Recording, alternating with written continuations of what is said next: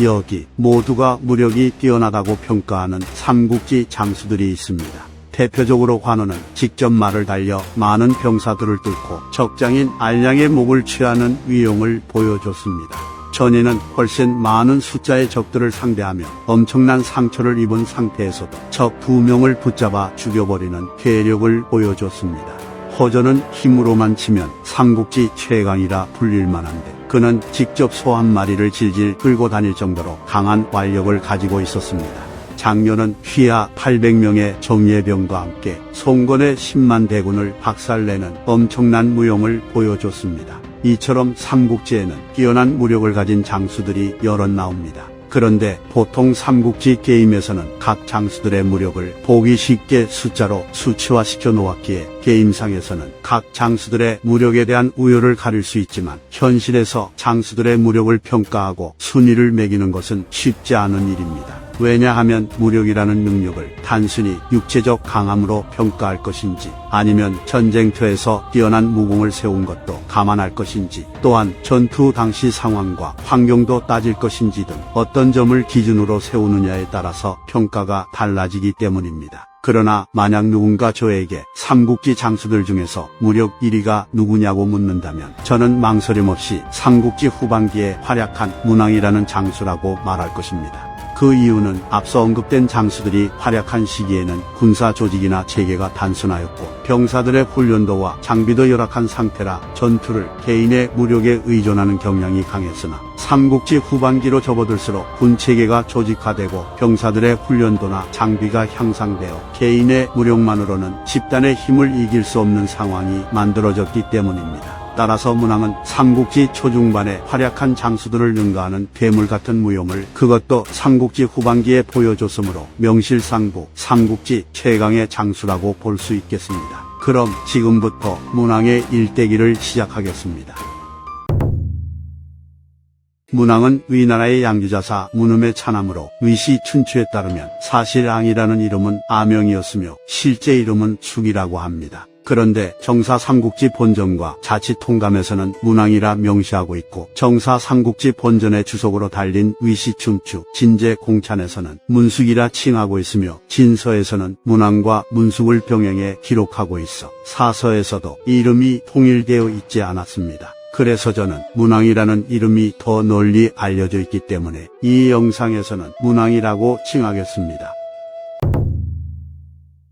정원 2년에 문왕의 부친인 문음이 진동대장군 관구공과 함께 반란을 일으킨 다음 6만의 군대를 거느리고 회수를 건너 서쪽으로 진격했기에 문왕도 문음을 따라갑니다. 그리고 문음과 관구검은 항성에 주둔했는데 사마사가 직접 포병과 기병 10만 명을 거느리고 와서 여양에 주둔하였고 형주자사 왕기가 남don에 주둔하여 관구검을 견제합니다. 또한 제갈탄이 예주의 군대를 통솔해 암풍진에서 수춘으로 진격하여 문음과 관구검의 본진을 노렸고 정동장군 호주는 청주와 서주의 여러 군대를 통솔하여 초영과 송현의 사이로 진격해 관구검 등의 퇴강로를 끊으려 합니다. 게다가 사마사는 연주자사 등해를 보내 태산의 여러 군대를 통솔하여 낙가에 주둔하도록 한 다음에 약한 척을 하여 문음을 유인하라고 명합니다. 문음은 전황이 좋지 않았기에 상황을 타개하려는 마음이 있었으므로 계략에 속아 넘어가 곧바로 낙가로 진격했으나 사마사의 봉군이 빠른 속도로 진군해 왔기에 문음은 낙가에서 사마사의 봉군을 포착하게 되었고 그는 사마사의 대군을 보고는 놀라서 도망치려 합니다.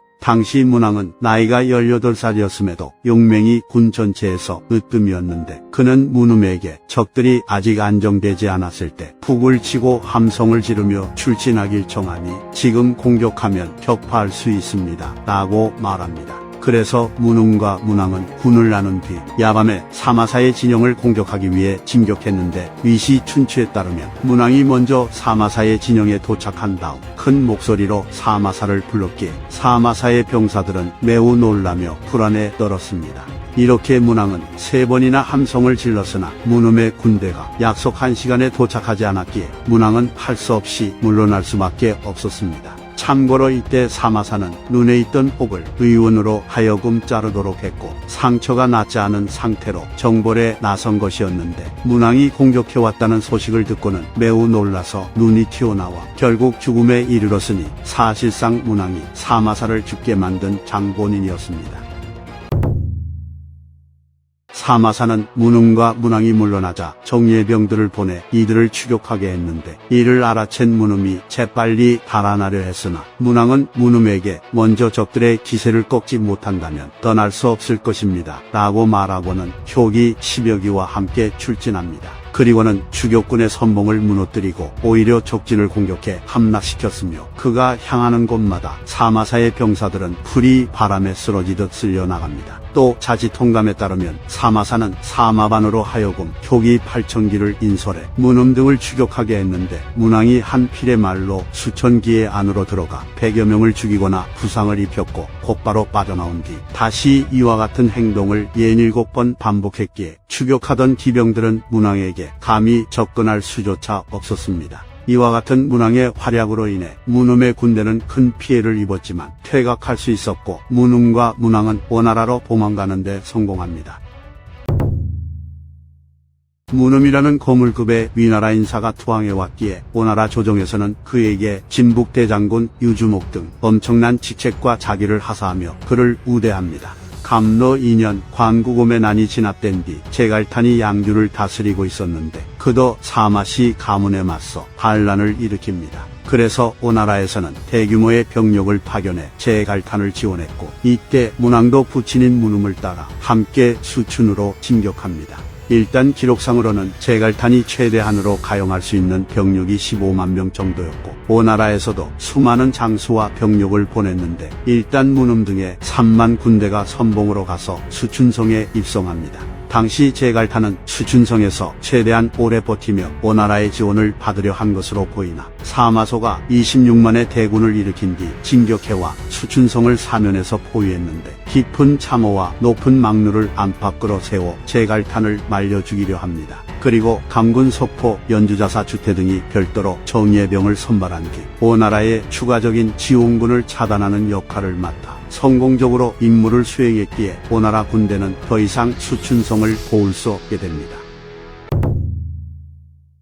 문음은 제갈탄과 힘을 합쳐 포위를 뚫고 나가려 했으나 사마소의 우주방어를 뚫지 못하고 큰 피해를 입은 채 번번이 퇴각했고 점차 시간이 지나 식량이 고갈되었기에 수많은 사람들이 투항을 하기 시작합니다. 그래서 문음은 식량을 아끼기 위해 북방 출신 사람들을 모두 내보내고 오나라 병사들과 함께 수춘성을 지키자고 했으나 제갈탄 입장에서는 오나라 사람들을 100% 신뢰할 수 없었기에 이를 들어주지 않았는데 이로 인해 문음과 제갈탄은 다투게 되어 서로 원한을 품게 됩니다. 게다가 문음은 훨씬 전부터 제갈탄과 사이가 매우 나빴기 때문에 상황이 급박해지자 서로를 더욱 의심하게 되었고 결국 제갈탄은 문음과 논의를 하다가 그를 죽여버립니다. 문왕과 그의 아우인 문호는 제갈탄이 부친을 죽였다는 소식을 듣고는 군대를 이끌고 제갈탄을 공격하려 했으나 병사들이 문왕을 따르지 않았기에 결국 문왕과 문호는 단독으로 성을 넘어가 사마소에게 항복을 합니다. 그리하여 사마소의 측근들은 문왕 등을 죽여야 한다고 했으나 사마소는 지금 문왕과 문호를 죽이면 수춘성에 남아있는 사람들이 더 격렬하게 저항할 거라 말하며 오히려 문왕과 문호의 죄를 용서하고 장군으로 임명한 뒤 그들에게 수춘성을 돌며 큰 소리로 문음의 아들도 살해당하지 않았는데 나머지 사람들이 어찌 항복하는 걸 두려워하시오 라고 말하게 합니다. 이로 인해 결국 수춘성은 함락되어 제갈탄은 죽임을 당했는데 문왕은 오히려 부친인 문음이 죽었기 때문에 사마소에게 항복하여 목숨을 부지할 수 있었으니 참 아이러니한 상황이었습니다. 그리고 사마소는 전쟁이 끝난 뒤 문왕과 문호가 부친인 문음의 시신을 거두는 것을 허락했고 수레와 소를 줘서 장사를 지낼 수 있도록 해줬습니다. 당시는 위나라가 망하고 진나라가 세워져 사마염이 진나라 초대 황제의 자리에 오른 시기였는데 때마침 양주 지역에서 선비족 출신인 독발 수휘능이라는 인물이 바로하여 진나라의 골치를 썩였습니다. 게다가 독발수 기능은 제갈탄의 난과 촉정벌전에서 활약한 진주자사 허열과 사어에 이겨서 그를 죽였으며 양주자사 견홍도 전사시키며 승승장구했기에 진나라는 독발수 기능을 함부로 건드릴 수 없었습니다. 하지만 사마준이 지휘관이 되면서 상황이 바뀌었고 문왕은 평로호군으로 사마준의 휘하에 있었는데 사마준은 문왕으로 하여금 양주, 진주, 옹주의 여러 군대를 통솔해 독발수 기능을 압박하도록 했고 문왕은 임무를 성공적으로 이행했기에 이민족 20만 명이 진나라에 항복해와 독발수 기능의 세력은 크게 약화됩니다. 함령 3년 문왕이 군대를 이끌고 독발수 기능 등의 군대와 전투를 벌였는데 모두 격파했으며 진제 공찬에 따르면 문왕은 양주에 오랑캐를 격파하는 공을 세워 그 이름이 세상에 널리 퍼졌다고 합니다. 태강 연간에 문왕은 동의교위의 직책을 맡게 되어 입조한 뒤 사마염을 아련하여 고별하는 자리를 가졌는데 사마염은 문왕을 만나보고는 그를 나쁘게 여겼다고 하며 이로 인해 다른 일을 핑계로 문왕을 관직에서 면직시켰습니다. 그리고 문왕의 불운은 여기서 그치지 않았는데 사마염의 장인이었던 양준이 사마염 사후에 권력을 남용하며 황적인 사마씨와 대립했기에 마침내 사마씨가 들고 일어났고 사마요라는 인물이 여러 군대를 통솔해 양준을 촉살하는 역할을 맡았습니다. 그런데 하필이면 사마요가 제갈탄의 외손자였고 그는 문음의 아들인 문왕이 장차 자신에게 근심거리가 될 거라 여겨 그를 죽이기로 합니다. 그래서 문왕은 아무런 죄가 없었음에도 역모를 꾸몄다는 모함을 받아 죽임을 당하고 그의 삼조까지 멸해졌으니 이렇게 문왕은 비참한 최후를 맞이합니다. 위서에 따르면 문왕의 할아버지인 문직은 건안 연간의 기병장수로 임명되었는데 용맹함과 힘이 뛰어났습니다. 또한 문왕의 아버지인 문음도 어렸을 때부터 용맹하고 날쌘 재능으로 알려졌다고 하니 문왕이 뛰어난 장수의 자질을 가질 수 있었던 건 아마도 집안 내력 덕분이 아니었나 싶습니다. 이상 삼국지 인물열전 문왕편 마치겠습니다. 시청해주신 휴머님들께 감사드립니다.